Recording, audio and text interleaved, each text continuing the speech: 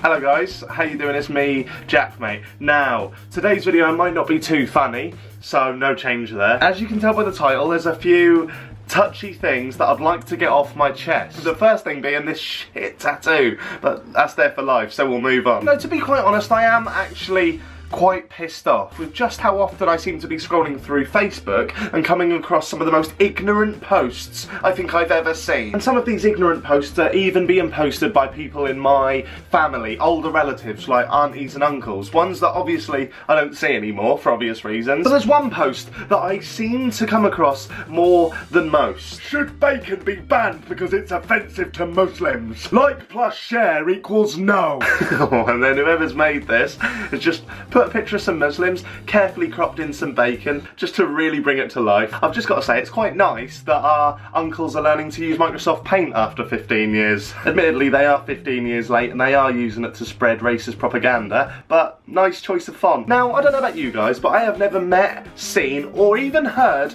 of any Muslim actively trying to ban bacon. I've never heard of it. I mean, I am certain that I have eaten pork multiple times in front of Muslims, on the tube, in restaurants, on the train, and loads of different places, and never once has one of them come up to me and gone, "Can you stop that?" However, I have been stopped twice in the past year by vegans, presumably Christian vegans. In the past year, on two separate occasions, I have had a man and a woman come up to me and question why I am eating what I am eating for lunch. I mean, any time a stranger comes up to you and questions one of your lifestyle choices is going to be intrusive, but both of these times, not only has it been intrusive, it's been patronising as Hello sir, can I just ask why you've got a Nando's bag there? Yeah, because I've just been to Nando's. Can I ask why? Not really, no, but I'll answer it because I like chicken. Oh, you really need to have a think about that. Do you value taste more than life? This isn't a discussion that I wish to be having with you. See you later. And I can guarantee if I go into the centre of Norwich on any chosen weekend, I will come across a bunch of vegans protesting against the consumption of meat. And to be quite honest, I think that's absolutely fine. I think you should be able to protest against things you stand for. If you've got that much spare time and you're that invested in it, then why not? Knock yourselves out. But this brings me back to my original thought. Why aren't the older people who I mentioned before on my Facebook page sharing anti-vegan posts? Because they're the ones who are trying to ban bacon. Oh yeah, of course, I know why. Because it doesn't fuel their agenda. These people clearly don't like Muslims for whatever reason. And I'm not going to go into the reasons because none of them are ever valid enough. These people have it in their heads, in their thick heads, that they don't like Muslims, so they actively seek out anti-Muslim memes to post on their Facebook without fact-checking the stories behind them. And that's a fucking dangerous game. Should bacon be banned because it's offensive to Muslims? I can honestly say now that the majority of Muslims that I know do not give a fuck what I'm whacking in my lunchbox. They've got other things to be doing with their lives. How arrogant is it just to assume that we think they care about what we're eating? They're doing their own shit. And the fact that these posts have stuff at the bottom like plus share equals no, it's just so fucking cringy. It's like them posts where some twat would share a picture of a poor kid with cancer and caption it, "1 share equals 1 prayer."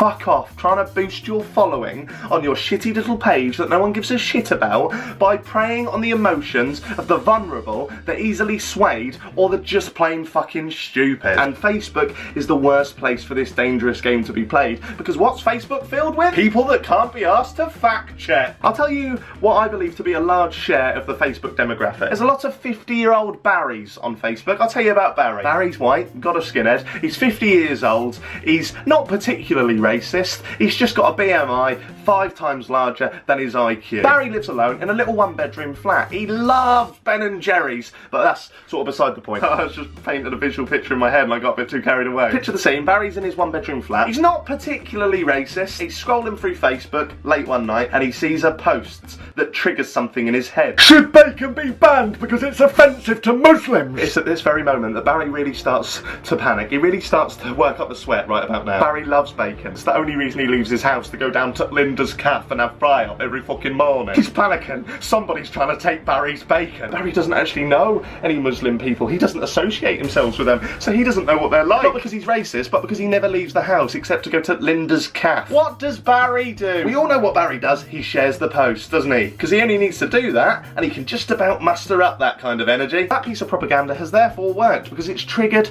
an emotional response in Barry's brain, and because he's really stupid, he just shares it without fact-checking. Barry continues his life just sitting there, whilst all along Muslims are just sat there seeing the post going, we genuinely, does anyone give a fuck about this? It's quite funny that they think we care though. I mean, we don't need it, but they can fucking do what they want. Another point I want to talk about is a similar thing that Barry would share on Facebook. Let's put religion to the side a little bit and talk about the foreigners. The idea, the notion that we need to take back our Britain. There's fucking too many over here, isn't there? We need to take back our Britain. It's our Britain. What is your Britain then, Bazza? No foreigners, is it? Just good hard-working British people. I'm confused by the phrase my Britain. I'm confused to how people choose to take ownership over the country that they believe to be theirs. Bear with me and just lend me your ear while I tell you a story about me growing up in my Britain. Growing up as a kid, one of the nicest blokes I knew, outside of my family and outside of school, was the guy that ran my local corner shop. His name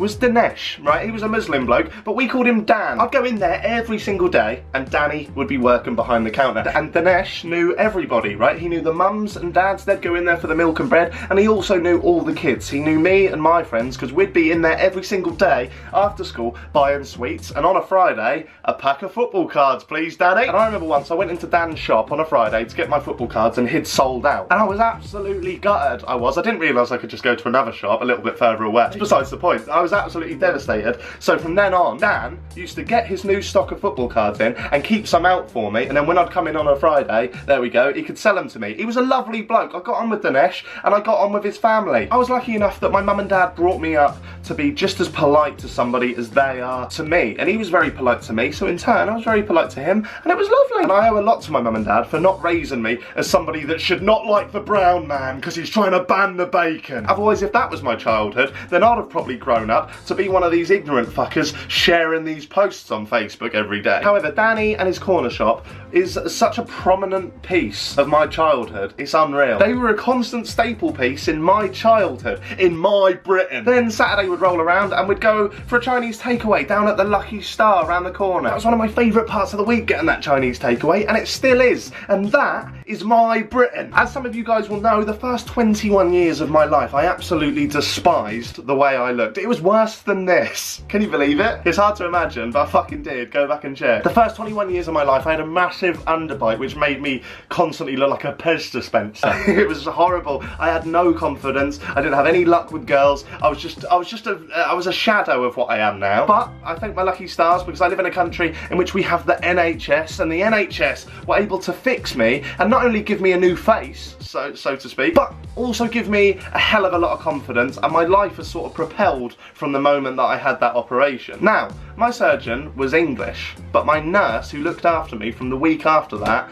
was Polish. And it goes without saying that my orthodontist, right up until the operation date, was Portuguese. I am so very, very thankful and so very lucky that these people a part of my Britain. One of my driving instructors was Swiss, one of my favourite teachers was Canadian, and my doctor is currently Indian. I meant that he's my current doctor, not that he's currently Indian, like he could just switch it up. Like, I'll be Serbian this weekend. But all of these people that have helped me in my life, that have shaped me and my family, that have improved my health, my personality, my work, my leisure, all of these great people are from all over the world, and they are part of my Britain. Of course, I'm using my Britain to make a point. I don't really see how it's more my Britain than their Britain, or more so our Britain. It's Britain! People seem so obsessed with where other people were born. I don't get it. For me, it's a lucky dip. I mean, there was never a point where I was in my mother's womb and I was thinking, oh, right, I'll probably give Greece a miss right from the off because their economy is in bits.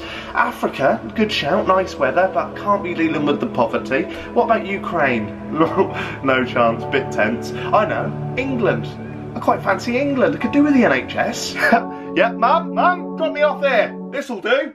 I'll have England. It's pure luck. Throwing a dart at a map. Or alternatively, a more accurate metaphor would be throwing a tub of semen at a map, wouldn't it? Just at an egg, in a woman, that is on the map. Teach your kids that. And because of this lucky dip of being born into the world at a random place, I'd like to think that if I was born in Iraq or Syria or somewhere like that that's getting bombed daily, I would love to imagine myself as the man that can grab my entire family and flee a war-torn country despite everything that's going on and make it to a safe zone, to a country where my family I don't know, less likely to be fucking murdered. I'd like to think that I would be just half as intelligent as these people that with minimal resources manage to cross fucking oceans to get over here so that their babies don't die. I mean, we think our parents bend over backwards for us. Imagine being one of those parents. They'd be heroes. They would be the best dad, the best mums in the fucking world. So many of these people die whilst trying to come here, and the ones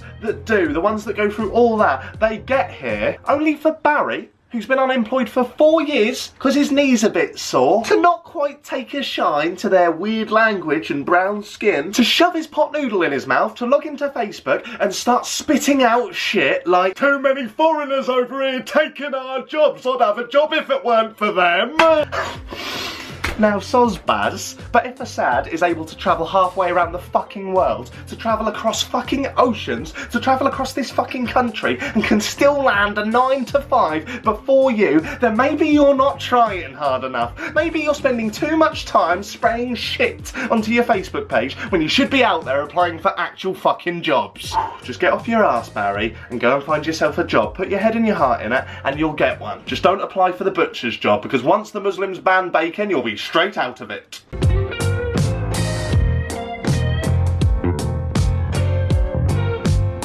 Last little thing I want to add, guys, is thank you very much for watching this video. I know the title was very provocative, so thank you for clicking, thank you for bearing with and watching up until this point. I also want to say that this video is potentially monetized if YouTube allowed, with such a dodgy title. But if you are watching this video and it is monetized, then I just want to let you know that I will be donating the entire earnings from this video to Show Racism the Red Card. Show Racism the Red Card is a charity that I've supported for a little while now, a charity that educates people within sports such as football, which I love, with the aim of kicking racism out of the game, which is only a good thing. Thank you, I'm JaackMaate, and I'll see you soon.